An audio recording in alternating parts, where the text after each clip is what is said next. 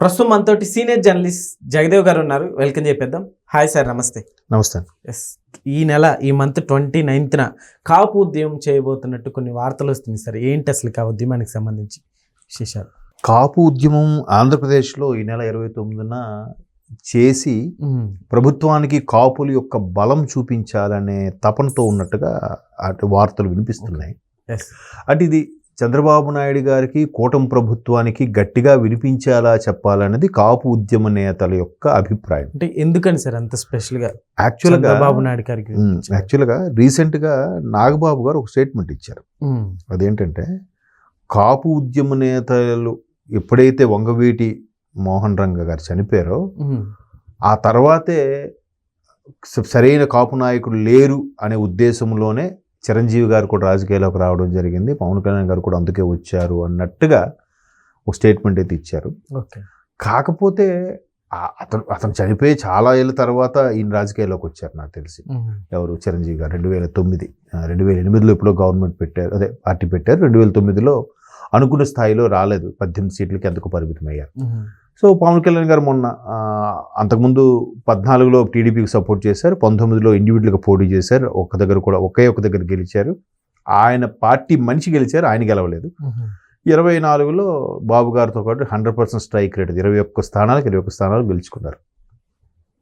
అంటే కాపులకి ఎందుకో ప్రాధాన్యత లేదు. అంటే రాష్ట్రం మొత్తం మీద తీసుకుంటే కాపు, బలిజ, కొన్ని ఏరియాలో నాయుడు అంటారు, కొన్ని ఏవో రకరకాలుగా ఉన్నాయి. ఇవన్నీ కలిపితే సుమారుగా 20-23% కమ్యూనిటీ ఉంది.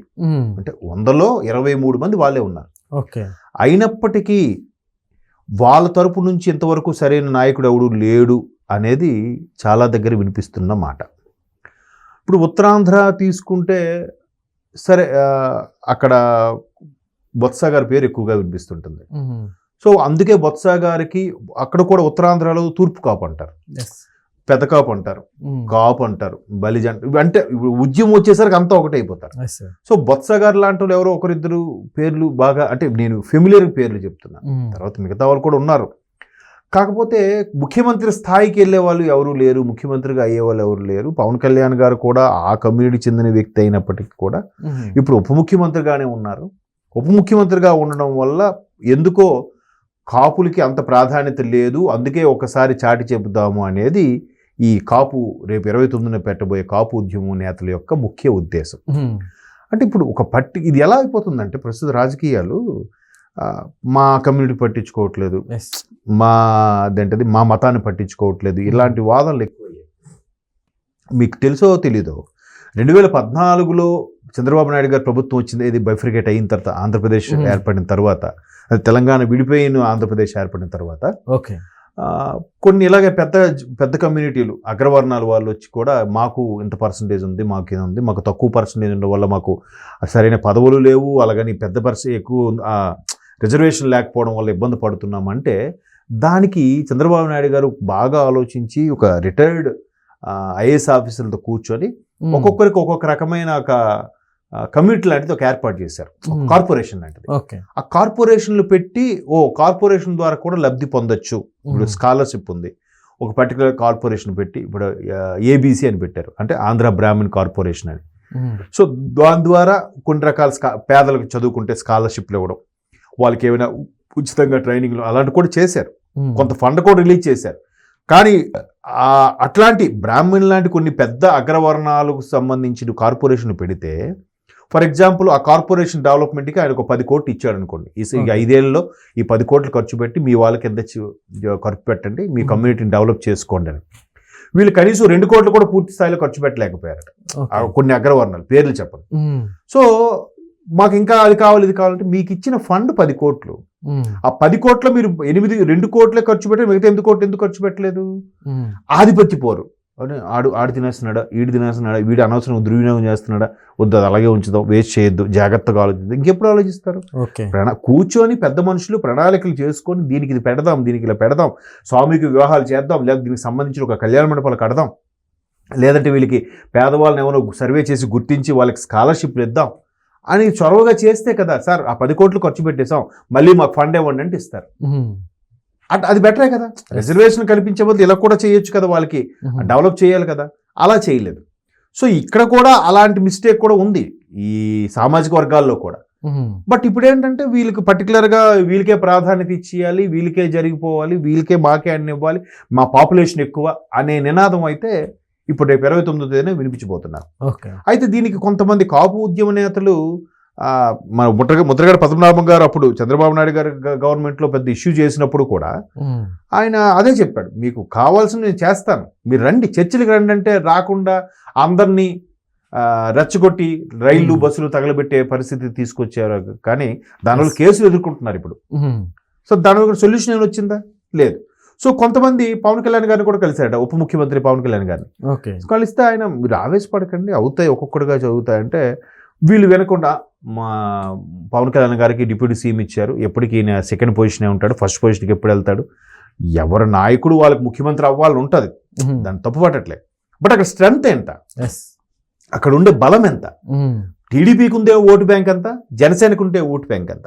జనసేన అని కాపు సామాజిక వర్గానికి చెందిన వ్యక్తి అని అందరికి తెలుసు, కానీ అక్కడ ఉండే బలాబలాలు బట్టి అందరినీ సాటిస్ఫై చేయాలి. ఇప్పుడు పర్టికులర్గా ఏదైతే ఉద్యమం చేయాలనుకుంటున్నారో వాళ్ళకే ఎక్కువ స్థానాలు, ఎక్కువ నామినేటెడ్ పోస్టులు కేటాయించారు అనుకుందాం, మరి మిగతా వాళ్ళు ఫీల్ అవుతారుగా.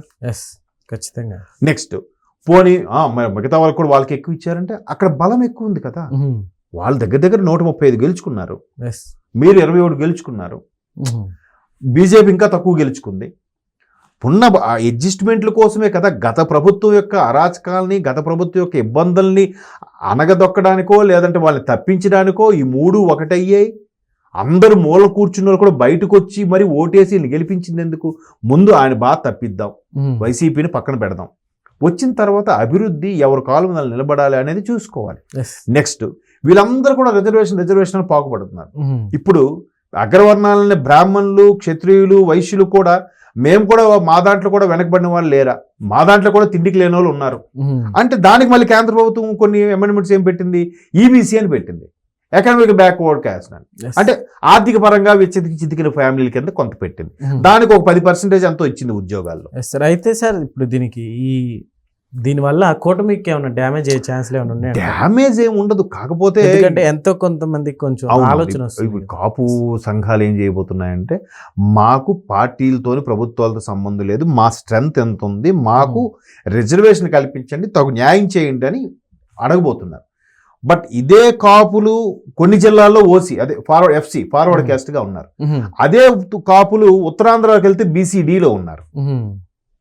మరి అక్కడ బీసీ రిజర్వేషన్ కల్పించినట్టేనా? ఇప్పుడు కొంతమంది ఉద్యమ నేతలు ఏం మాట్లాడుతున్నారు, కాపు సామాజిక వర్గం నేతలు ఏదైతే ఉన్నారు కొంతమంది వాళ్ళు ఏమంటున్నారు, మాది ఫార్వర్డ్ క్యాస్ట్లో ఉంది, మాకు బీసీలతో సమానంగా ఎంతో కొంత చూపించాలి అంటున్నారు. మరి ఇందులో ఒక వర్గం అక్కడ బీసీలకు సమానంగా కూడా చలామణి అవుతున్నారుగా. చూడండి చాలా రకాలు ఉన్నాయి, ఇప్పుడు ప్రతి కమ్యూనిటీలో కూడా మళ్ళీ శాఖలు ఉన్నాయి, ఆ శాఖని ఈ శాఖని. ఇప్పుడు బ్రాహ్మణ్స్ తీసుకోండి, బ్రాహ్మణ్స్లో నాకు తెలిసి ఒక 10-20 శాఖలు ఉన్నాయి, అందులో సబ్ ఇవి అని ఒక శాఖలో మళ్ళీ ఒక 10 సబ్ శాఖలు ఉంటాయి. సో గట్టిగా మాట్లాడితే ఇవన్నీ ఒకటే, ఇవన్నీ ఒకటి కలుపుకొని ఒక తాటి మీద వెళ్తే బాగుంటుంది. ఎవరికి వారు శాఖలుగా విడిపోతే ఎవరు ప్రభుత్వాన్ని గట్టిగా ప్రశ్నించలేరు. ఇప్పుడు ఎంత ఉద్యమం జరిగినా శ్రీకాకుళం నుంచి ఇటు చిత్తూరు వరకు కూడా అన్ని రకాల కాపులు కలవాలి, కలిసి మాకు ఇది ఉంది, మాకు ఇలాగ అవుతుంది, ఇలాగ ఉంటుంది, ఒక గొంతుకు మీద వినిపిస్తే ప్రభుత్వమైన చర్యలు తీసుకోవడానికి ఉంటుంది.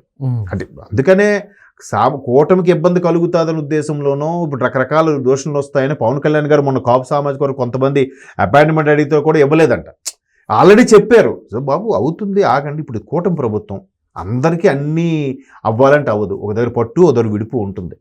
పట్టుబట్టి మాకు ఇదే కావాలి, మీకు ఇలా చేయాలంటే అక్కడున్న పరిస్థితులు వీళ్ళకి చేస్తే ఇంకోళ్ళకి కోపం వస్తుంది, వాళ్ళకి చేస్తే వీళ్ళకి కోపం వస్తుంది. ప్రభుత్వం అన్ని కులాలని అన్ని మతాలని ఒకేలా ట్రీట్ చేయలేదు అనుకోండి, ఆ ఫీలింగ్ బయటకు వెళ్ళిపోయింది అనుకోండి, సరిగ్గా చూడట్లేదని, మళ్ళీ మొదటిగా మోసం కదా.